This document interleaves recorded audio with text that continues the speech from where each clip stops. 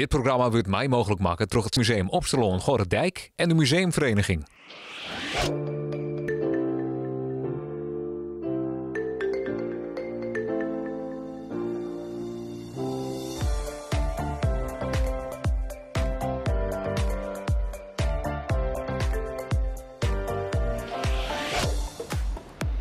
Het gebouw Linnenhal is een plaatsje, de oud-squallen van de Gediek.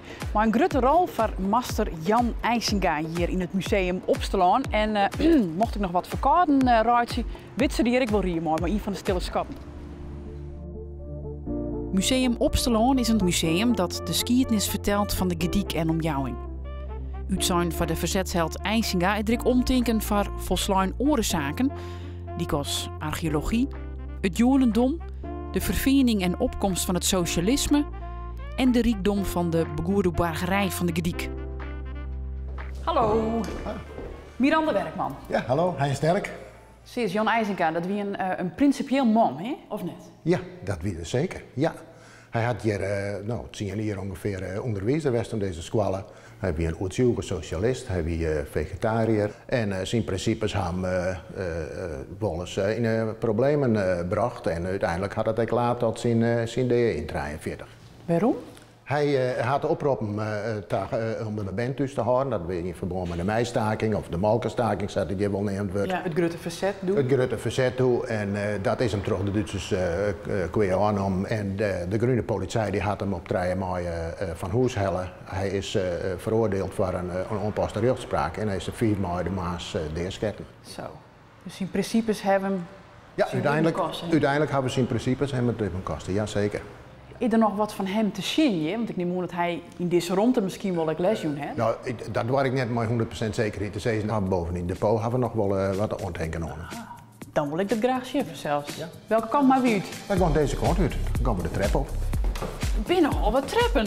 Ja, eerst de trap, dan ben we hier op het depot. Het is een hele hechte, het is het hoogste gebouw van de Gediek.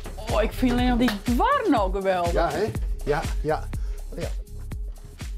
Wauw, je zit echt een heel soort. Het museum zit hier goed 50 jaar in dit gebouw en door hier is er heel wat bijkomen wat we al hier verzamelen hebben. Maar wat moet je misschien leren? Ik moet je speciaal even van boven gaan om de lessenaar wat Master IJsinga achtersteen had om die even te letten en die staat hier. Ik zal wel iets beetje naar voren halen. Ja. Dan kunnen we wat beter zien. Hoe oud is deze? Nou, ik doe het net 100% zeker te zeggen, maar ik denk dat er haast liggen oud is als de squallen. En die is van 1888, dus hij is al wel aardig op leeftijd, deze lessenaar. Ken je Iepen? Ja, hij ken zeker, ja, hij ken Iepen. Maar hebben we zelf nog een oorontdenken aan Master IJsinga hierin. Die wie ik van hem? Die wie ik van hem, ja zeker, ja. Nou, wie IJsinga heel principieel, hè? Kun je nog iets vertellen waaruit dat blijkt? Jan IJsinga wie tegen principieel, een gehele onthouder, broekte geen alcohol. Er wordt wel eens trakteren als er een benje die is en dan, er ben een snoepje of iets dergelijks. En Master kreeg dan een rumboon. Ja. Maar Master IJsinga die wie zo principieel, die maken de rumboon eerst de iepen liet de rum voortrennen voordat er de rumboon ophield. Zo, dan in elk geval kreeg je geen alcohol binnen. Geen alcohol. En dat vertel je mij onder een prachtig woord op het café. Ja, dat komt toevallig zo. Daar kennen wij niks aan doen. Ja. Waarom staat dit net in het museum? Wij hebben, zoals jullie zien kennen, we hebben een hele grote spul. Dus ruimte beneden is beperkt. Maar we wisselen eigenlijk wel eens weer. Het is net uitsluitend dat we over een skoftje dat we deze les nou weer onderdeeld zetten. Maar eventueel nog wat ontdenkings van Jan IJsinga erbij. En die tijd zit het hier als een stille schat. Als een stille schat.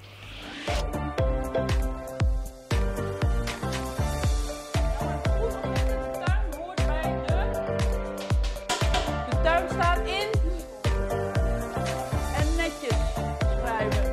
Ik zie er niks van hoor. En niet lachen. En jij al helemaal niet. Mijn collega Jan Steenwijk, die zal die wel vertellen hier over wat je stiert. Hi, Miranda Werkman. Hi, Jelma. Nou kijk, je staat hier in het hart van het museum eigenlijk. Hier is de Oudheidkamer mee begonnen. En onze grootste highlight, die staat daar. Dat is onze vuistbijl. En je wil het, vuistbijl? En je wil het niet geloven, hij is 100.000 jaar. 100.000 jaar oud? Ja. Zo. En dat zet de hele theorie op de kop van dat de eerste bewoners hier 10.000, 6.000 jaar geleden hier al waren langs Koningsdiep. Ja. Hij is echt 100.000 jaar oud, van een Neandertaler geweest of iemand die hier door deze contraien trok en hem verloor. En waar broeken ze die voor in die tijd? Nou kijk, de naam zegt het al, hè? Je houdt hem in je vuist en je kan hem mee snijden en krabben. Ja. En het is een heel hard gesteente, dus Bijzonder. ja, dat is hij ook. Maar dit is de zin voor elke niet. Ik ben eigenlijk nog wel benieuwd als nog wat van mij heeft wat net voor elke niet te zien. Ah, er is nog meer, er is nog meer. Dacht ik al. Zo, en nou zal ik je iets laten zien wat nog niet zo oud is als zo net, maar het heeft wel wat. Welke periode zitten we dan? In de tijd van de laatste stadhouder, dat is Willem V, in 1790. Spannend. Daar je het kistje bij, beginnen we uit. Ja, moet je kijken, het zijn 2 dingen. Dit is een brief Oh. en die hoort bij dit. Mag jij raden wat het is? Dat is nog wel zwier zeker. Brons. Oké. Het is uit een loop van een kanon. Van een kanon. Het kanon is uit elkaar gespat. Gorredijk, dat was een schansdorp. En het kanon is nooit gebruikt geweest.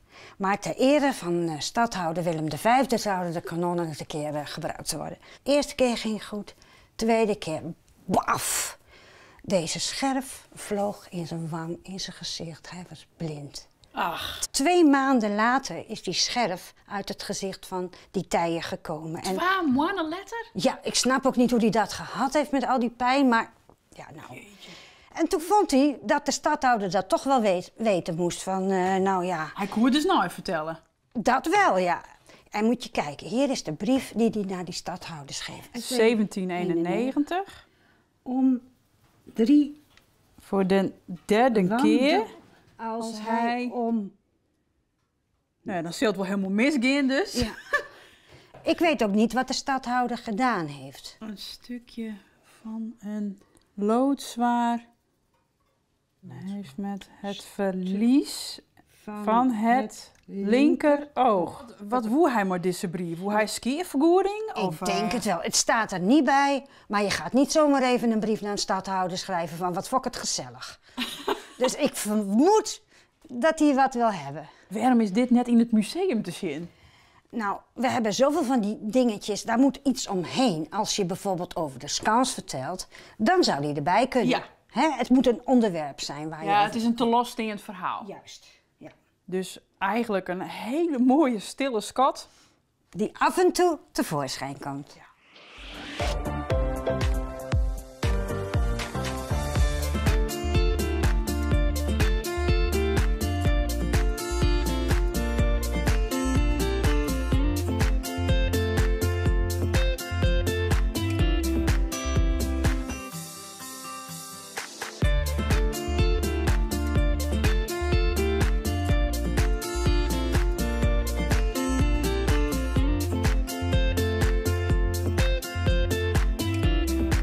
Dan heb ik nog iets heel leuks voor jou. Kijk, dit is een huishoudboek uit 1743.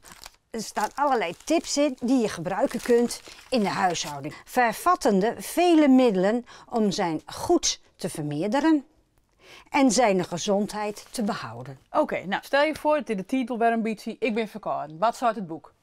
Zal ik eens even zien. Ja, ik heb hier wel wat. Hou je vast. Nat voor de hoest. Dus een hoestdrankje. Oké. Men neemt de achterboutjes van 2 dozijn kikvorsen met een dozijn hoofdslakken van wijngaarden. Men doet daar een kleine handvol geperste gerst bij en men laat het koken in een pint water op de helft. En je bent nooit weer wekker. Het zou best kunnen. Ah, dit zoekt toch ik wil heel graag in het museum zien willen.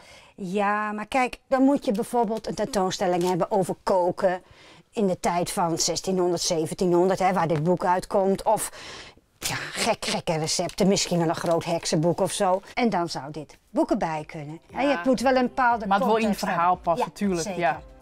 Hier kijk ik wel weer te kennen. Maar het is wel een leuk. Het is een prachtige, nuttige stille schat. Je mag er wel eens lenen. Graag. Hoor ik keer ben ik in het Jopie Huisman Museum. Zo'n Pepi neemt een heel bijzonder werk van zijn huid mee. Dit programma waard mij mogelijk maken door het Museum Opsterloon Gorredijk en de Museumvereniging.